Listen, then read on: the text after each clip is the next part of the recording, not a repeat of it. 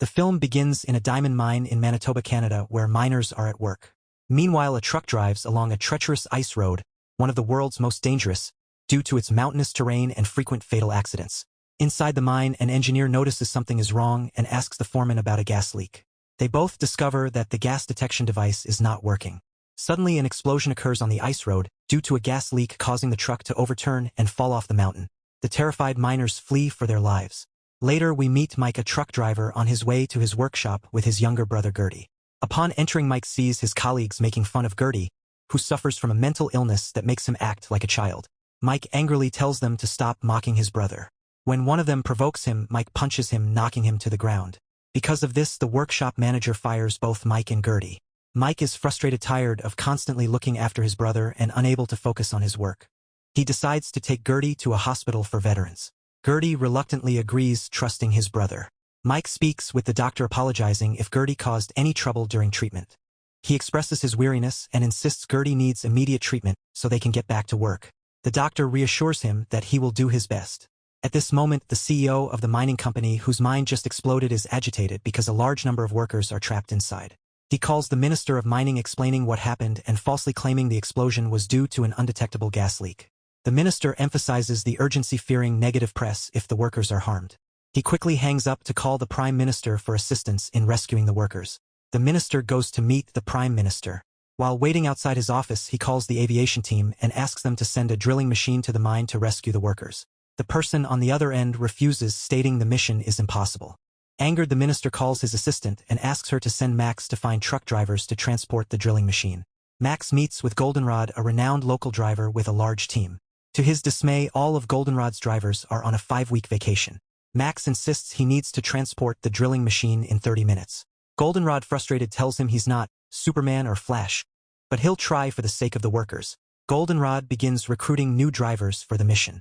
Mike returns to the hospital and finds his brother alone in a room, but notices strange narcotic drugs with him. He calls the doctor, who explains Gertie suffers from PTSD, which necessitated the medication. Mike argues with the doctor about his methods, takes Gertie, and leaves the hospital feeling regretful for almost leaving his brother with such a crazy doctor. They head to a gas station. Mike receives a notification that Goldenrod is looking for drivers. Gertie shows Mike a picture of a truck in a magazine, saying he dreams of buying one. Mike snatches the magazine, tears it, and tells him, "Do you know how much this costs? $200,000, son. We can barely afford food." A little later, Gertie is seen piecing together the torn picture of the truck. Mike stops the car, feeling guilty about how he treated him. Meanwhile, Goldenrod goes to jail and bails out a female driver who was imprisoned for participating in a protest. He tells her about the trapped miners, and she becomes agitated because her brother is one of the trapped workers. At this time, the trapped miners are terrified and anxious, unsure when they will be rescued. They also fear the gas leak or another explosion. Goldenrod returns to the mine safety office with Max, where he meets all the drivers. He notices Mike and Gertie. He asks Mike if Gertie is also a driver. Mike says he's the best mechanic in town and challenges him to test him. They take the truck to the garage and Gertie demonstrates his mechanical skills. Goldenrod agrees to hire him, despite his concerns about Gertie's mental health. The mining company CEO is in his office, tense because no one has survived being trapped in an icy place for long. His assistant reassures him that Goldenrod and his team will succeed. Goldenrod gathers his team and explains their mission, showing them the drilling machine they need to transport. There are 3 trucks, one driven by Goldenrod. Mike plays rock, paper, scissors with Tantu and wins, choosing the red truck for him and his brother. She takes the black truck with one of Max's assistants. Mike is happy as he and his brother will each get $50,000, making a total of $100,000 if they succeed. An employee named Tom talks to Tantu, asking about her name. She replies that it means, "I like to drive alone," and tells him to back off. They all set off. On the way, Goldenrod reminds them of safety rules, as the ice road is dangerous and has caused many accidents. He urges them to hurry, as the workers only have 30 hours before they die from lack of oxygen in the mine. The team continues driving until morning. The morning reveals the road is a thin layer of ice that could melt or collapse at any moment. They remain focused and take all precautions. Suddenly, Goldenrod notices his truck has broken down.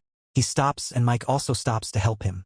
Tantu is annoyed, as they agreed not to stop for any reason. Mike gets out and connects Goldenrod's truck to his own to tow it. Gertie gets out to fix Goldenrod's truck, as they can't tow it the whole way. At this moment, the ice below them begins to crack due to the truck's massive weight. As they are connecting the trucks, Gertie sees the truck falling into the ice. He shouts to the team to be careful. They try to move away from the truck, even though it's connected to the others. The rope between the trucks wraps around Goldenrod's leg, leaving him stuck and unable to move. The truck begins to pull him down into the water, and it also pulls Tantu's truck. Goldenrod shouts to Tantu, telling her to cut the rope and for her and Mike to escape quickly, as the ice will melt and drown them all. Tantu is scared and doesn't want to do it, knowing he will die if he goes under the water with the rope on his leg. Goldenrod reminds her of their conversation yesterday about the SOR procedure method used by truck drivers in dangerous missions, where if one falls they are left behind to complete the mission. Tantu is affected and forced to obey, cutting the rope. She watches Goldenrod drown and is sad, even though Goldenrod's share of the money will be divided between her, Mike, and his brother. Before the team can process Goldenrod's death, they see the ground melting beneath them. Fearing they will suffer Goldenrod's fate, they quickly get into their trucks and drive at maximum speed. They manage to escape the thin ice layer and reach a stronger one. However, the road is slippery and their trucks slide. They get out of their trucks very scared and unable to control their nerves. Mike and his brother take out their tools to right the trucks, as time is short and they need to reach the mine as quickly as possible. They successfully right the trucks to continue. Mike tells them to get back in the trucks. Tom stops him and says he suspects Tantu killed Goldenrod, as he spoke to her on the way and learned they had old problems and he had fired her before. He also points out she was the only one near the rope and cut it without hesitation. Tantu gets angry, pulls out her weapon, and says her brother is one of the trapped miners and she doesn't want to lose him or delay for a crazy person like Tom. While she has the weapon pointed at them, Gertie comes from behind, takes it, and ties her up to put her in the truck. They take her with them, but without letting her drive, as they don't trust her. Also, no one knows who her brother is and she might be lying. In the tunnel, the foreman Inkaniso decides to come up with a plan to save the trapped workers.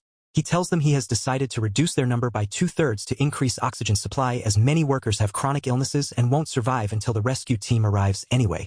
The workers get angry as he decided who lives and who dies. He defends himself and tells them to vote on his idea. At this time, Mike is still near the trucks. He gets out to check on his and Gertie's truck.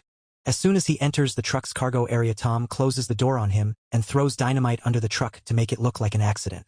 Tom gets into the other truck with Tantu. Tantu sees him and realizes he's not a company employee. She tries to hit him, but he hits her and she loses consciousness. Tom continues driving to get away from Mike's truck before he also dies. Mike thinks of a way to get out of the truck. He breaks the air conditioning unit in the cargo area and he and Gertie crawl through the opening. Mike quickly throws the dynamite away and thankfully it explodes far away. Afterward, he sees their truck sinking in the water. Mike detaches the truck's cab from the cargo area, quickly pulls out an iron pole, secures it to the ground, and ties a rope around the pole to pull the truck's cab. Mike gets in and tells his brother to start the winch. He notices the cab isn't moving. He gets out and Gertie tells him the winch is weak and if they increase its power it might break. Mike gets angry and argues with Gertie, calling him a failure and saying he's ruined everything good in his life and won't let him ruin this opportunity too. Mike gets back in the truck and it starts moving, coming out of the ice. Suddenly the winch breaks and the truck's cargo area falls into the water, pulling Gertie with it.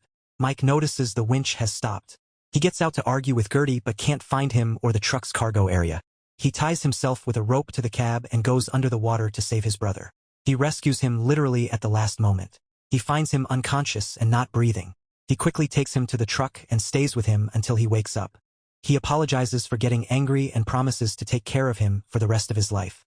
Mike blames himself, realizing he was focused only on the money and forgot the main mission: rescuing the workers. This is why he didn't notice Tom was lying and was actually a criminal whose mission was to delay them. Tom is with the mining company CEO George on the mountain, telling him he completed the mission exactly as requested. It turns out Tom is a hired killer hired by the CEO to sabotage the rescue plan. The surprise is that the CEO himself orchestrated the mine explosion for insurance money. The CEO tells Tom to drive the truck up the mountain and throw the truck and Tantu off to make it look like an accident. When the police investigate, he should say he jumped out of the truck just before the accident, as he fears the press will talk to the workers and everyone will know the truth about his company. In the mine, the engineer responsible for the workers discovers the company management deliberately disabled the gas sensors to reduce costs and increase profits. The engineer is furious that human lives are so cheap to the company owners. He wants to go fight them, but he remembers the tunnel is closed and he can't get out. A group of workers who know nothing about the sensor disabling are angry at the other workers and a big fight breaks out among them over who caused their predicament. The engineer sees them, pulls out a lighter from his pocket and reminds them there's a gas leak and if he presses the lighter button they will all die instantly. They get scared and huddle together. Master Tom returns to the truck with Tantu and is shocked to find she has freed herself. She attacks him and knocks him out of the truck. She drives off quickly. Tom cuts her fuel line and quickly jumps out of the truck. He gets into another truck belonging to the CEO's assistants and chases Tantu with 2 assistants. Tantu radios Mike and tells him what happened. He reassures her he's close and will rescue her. After a while, Tantu's truck stops because it ran out of fuel. Tom is close and about to reach her. Mike is also on his way. He sees Tom's assistants in front of him. He gets angry, crashes into their truck, and manages to throw them off the mountain. Tom's truck falls to the ground, but he emerges unharmed like a cat with 9 lives. He climbs the mountain again to stop Mike. Mike and Gertie are next to Tantu's truck. Gertie tries to fix the truck and reattach the fuel line. He manages to fix it at the last moment. Tom climbs the mountain and detonates dynamite, causing an avalanche. They quickly drive away from the falling snow. On the way, Tantu's truck crashes due to a tree trunk and she is injured. Mike goes to save her and connects his truck to her truck's cargo area, as Tantu's cargo area contains the drilling machine. The 3 of them drive off. Tom is still chasing them. He reaches Tantu's cab, drives it, and speeds after Mike. A long chase ensues on the road, with each of them trying to get rid of the other and push them off the mountain. When Tom gets close, Mike decides to get out and finish him off. They fight for a while until Mike manages to knock Tom out of the truck. But Tom is like Tom and Jerry with 9 lives, and they continue fighting. After some intense action, Tom starts to choke and Mike continues driving while hanging onto him. At this time, the truck with Gertie and Tantu crosses a collapsing bridge, but thankfully they pass safely. They wait for Mike to reach them to continue their journey. Mike leaves Tom in the truck and jumps out at the last moment. Tom is shocked when he sees the ice melting in front of him. Tom's truck falls into the water and he finally perishes. While Tantu and Gertie are waiting for Mike, they suddenly see the truck moving backward on its own. Tantu quickly gets into the truck and slams on the brakes with all her might, but the truck still moves backward. Gertie decides to sacrifice himself to stop the truck and save his brother. Mike breaks down when he sees him dead and is upset, even though his brother sacrificed himself to save the drilling machine and the workers. On the other side, the mining company CEO George is with the minister and his deputy at the mine. They learn they have lost contact with the workers and their rescue operation has become difficult. Suddenly they hear Mike's truck. The CEO steps out of his office and sees Mike has arrived. The workers begin unloading the drilling machine from the truck and start drilling into the mine, hoping to rescue their colleagues. Inside, the trapped workers are lying on the ground and oxygen levels have dropped. Mike goes to talk to Tantu and apologizes that they didn't arrive in time, and she might also lose her brother, whose name is Cody. She gets angry and tells him Gertie died for the success of this mission, and she's not ready to lose her brother or the mission. The workers manage to reach inside the mine and medics enter to rescue the workers. They all come out alive. Tantu goes to Cody, happy she finally saved him. The police investigate the workers and learn George is responsible for everything. They arrest him because he would have caused the death of many workers. Damn the money that blinds him like that and kills people. Or rather, damn him. A police investigator gives Mike a picture of the truck Gertie had. He decides to keep it so he can buy one like it someday. 3 months later, Mike is seen with his new truck bought with the reward money for rescuing the workers. He goes to the workshop where Tantu works. She congratulates him on the truck and thanks him for helping her save her brother. She also offers her condolences for Gertie's death again, as he had dreamed of that truck. The film ends there.